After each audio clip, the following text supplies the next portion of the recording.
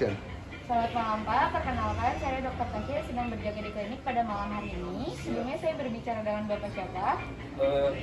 Bapak Agus. Bapak Agus. Bapak Agus usianya berapa Pak? Saya usianya 75 tahun. 25 tahun. Baik Pak, tinggalnya di mana? Saya tinggal di Cipendawa. Di Cipendawa. Ada keluhan apa Pak datang kemari? Gak tahu ya, saya itu merasa suka agak deg-deg, agak merasa gak enak gitu di dada gitu. Saya bingung aja kenapa gitu ya. Saya takutnya jika tidak diatasi dengan secepatnya dan dengan penanganan profesional, takutnya terjadi hal yang tidak diinginkan. Baik Pak, untuk selanjutnya saya akan melakukan pemeriksaan fisik Pak kepada Bapak, di mana pemeriksaan fisiknya terdiri dari pemeriksaan di leher, di tangan, di kaki, serta di dada. Nanti mungkin dalam pemeriksaan sendiri akan dirasa sedikit kurang nyaman, namun saya akan lakukan seprofesional mungkin. Apakah Bapak bersedia? Boleh. Baik, sekarang saya akan meminta pasien untuk berbaring. Boleh Pak, mohon berbaring. Kepalanya diletakkan di sana. Dengan saya akan berdiri di sebelah kanan pasien, dan saya akan meminta pasien untuk menggerakkan kepalanya ke arah kiri saja.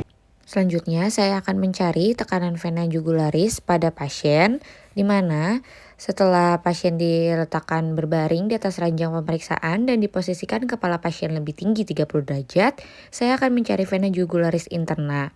Jika tidak ditemukan, saya akan mencari vena jugularis eksterna dan melihat titik osilasi pada pasien. Setelah pulsasi vena jugularis ditemukan, saya akan melakukan pengukuran dengan bantuan penggaris panjang pada sisi horizontal dan penggaris segitiga pada sisi vertikal.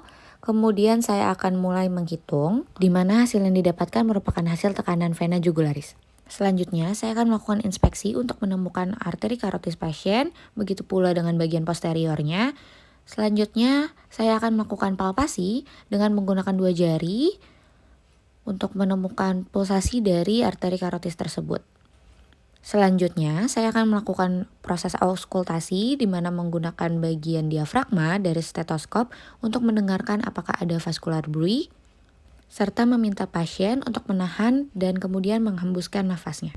Selanjutnya, saya akan mencari arteri brachialis pasien di mana saya akan mengekstensikan tangan pasien terlebih dahulu dengan palmar yang menghadap ke atas, kemudian akan merelaksasikan tangan pasien dengan menekuknya.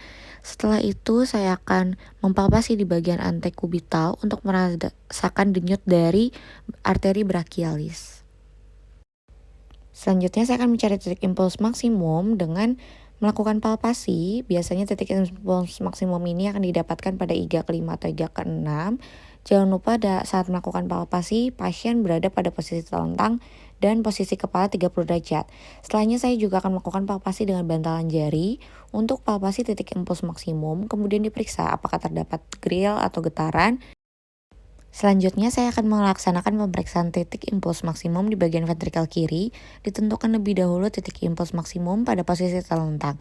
Namun apabila sulit ditemukan, boleh diposisikan pasien pada posisi lateral dekubitus kiri, dan meminta pasien untuk menghembuskan serta menahan nafas. Selanjutnya saya akan melakukan pemeriksaan titik impuls maksimum di ventrikel kanan, di mana saya akan meletakkan 3 jari tangan saya di iga ke-3, ke-4, dan ke-5. Buang nafas.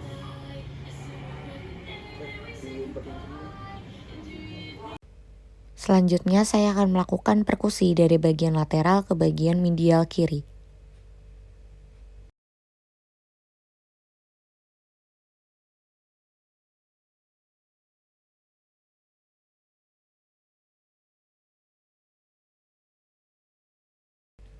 Kemudian untuk batas atas dilakukan perkusi di linea steraalis kanan.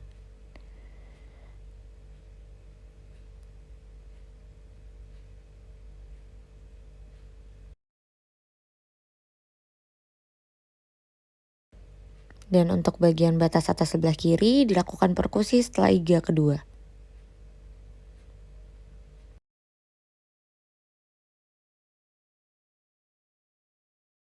Selanjutnya saya akan melakukan pemeriksaan bunyi jantung 1, 2, 3, 4 di mana pasien akan tetap tidur terlentang dan menggunakan bagian diafragma dari stetoskop. Yang pertama saya akan memeriksa katup aorta yang berada pada atas iga kedua kanan di sela iga kedua pada linea parasternalis. Selanjutnya katup pulmoner yang terletak di bagian iga kedua yang terletak pada linea parasternal kiri, dan katup tricuspid yang berada di sternum di perbatasan antara corpus sternum dan processus xiphoideus, dan yang terakhir di katup mitral atau bicuspid pada sela iga kelima pada linea midclavicularis kiri.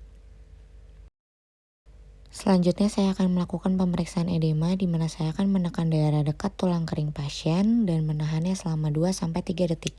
Jika setelah dilepas bagian yang ditekan akan menekuk ke dalam atau terdapat bekas jari, maka terdapat pitik edema. Namun dalam pasien ini normal.